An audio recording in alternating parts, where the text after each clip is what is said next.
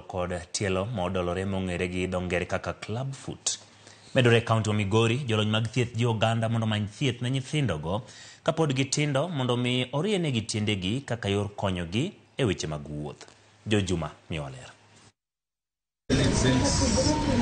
Wan nyithindo ma inyuolo kod tielo modolore to ahinya ng'ut tielo bende dhoge dendo kaka club foot ni mali kaunti ma Migori.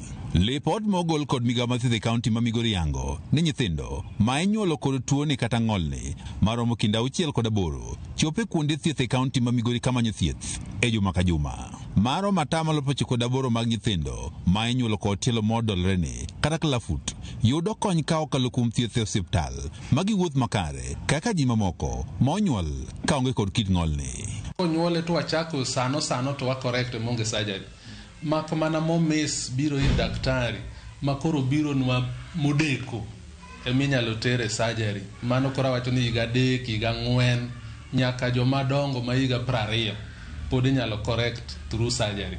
Gima kelo kit ng'olni minyuolo go nyithindo pok oyangi ka jolony weche mag thieth wacho ni moko wuok kuom jonyuol manonyuol kendo dak kod kit ng'olni kaka laktar mar choke e osiptal maduong' ma Migori Amos Odhiambo lero. Makelo gi ok ong'ere ahinya to moro iwacho ni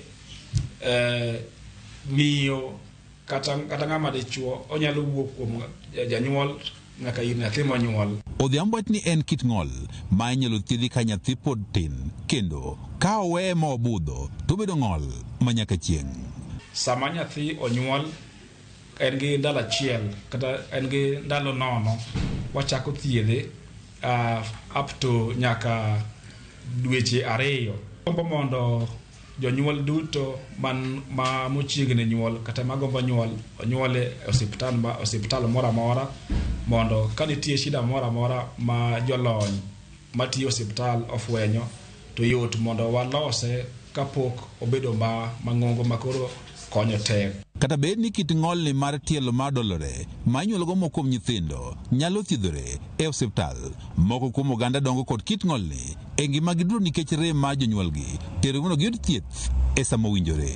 Sikuwa na imani kama mtoto wangu anaweza pona mguu atembee, yani awe kawaida kama watu wengine, lakini sikuluzi hapo. Niliendelea tu kuwa namleta kwa matibabu, kila tarehe naoambiwa namleta. After 3 months mtoto wangu nikapata amepona. Weche mag miriambo ma ifungo kod moko muganda ni kit ng'olni en mana kuong osemiyo moko nyuolo sore mar manyo kony nyithindgi kakoro pod gitindo. Huko pia tukapatana changamoto huko, tunaambiwa nyumbani mtapea mtoto shida yenye hajazaliwa naye, mwachana na mtoto, hiyo ni mpango ya Mungu. Sasa tukakuwa confused. Mtoto akizaliwa akilema hivi, pengine awe mtoto msichana ama mtoto mvulana, utapata harakati ambaye sasa amefika kiwango cha kuoa ama kuolewa, atakuwa na changamoto. Wengine watasema ya kwamba pengine yeye ni bado man.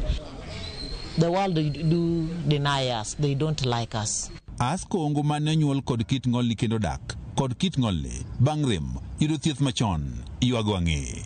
Kwa hivyo nililelewa, lakini wakati ule haikuwa na mambo ya hospitali ya kuenda kurekebisha vitu kama hivi. Sasa nililelewa tu hivyo nilivyo mpaka saizi. Mtoto wa kwanza ni msichana ambaye nilimzaa hivyo. Nilipompeleka hospitalini, kwa bahati mbaya sijui nilipata daktari ambaye pia hakuwa na utaalamu, akanieleza ya kwamba nisishughulikie na mtoto, hiyo ni maumbile ya Mungu. Mbona mimi ninatembea na mbona mimi saizi sasa nataka kutengeneza mguu ya mtoto? Sina maarifa kuzidi Mungu. Sasa mimi pia niliacha. George Juma, Ramogi TV, Migori. Nok mar moko kuom yedhe magayo tuo ringa mar remo kata sickle cell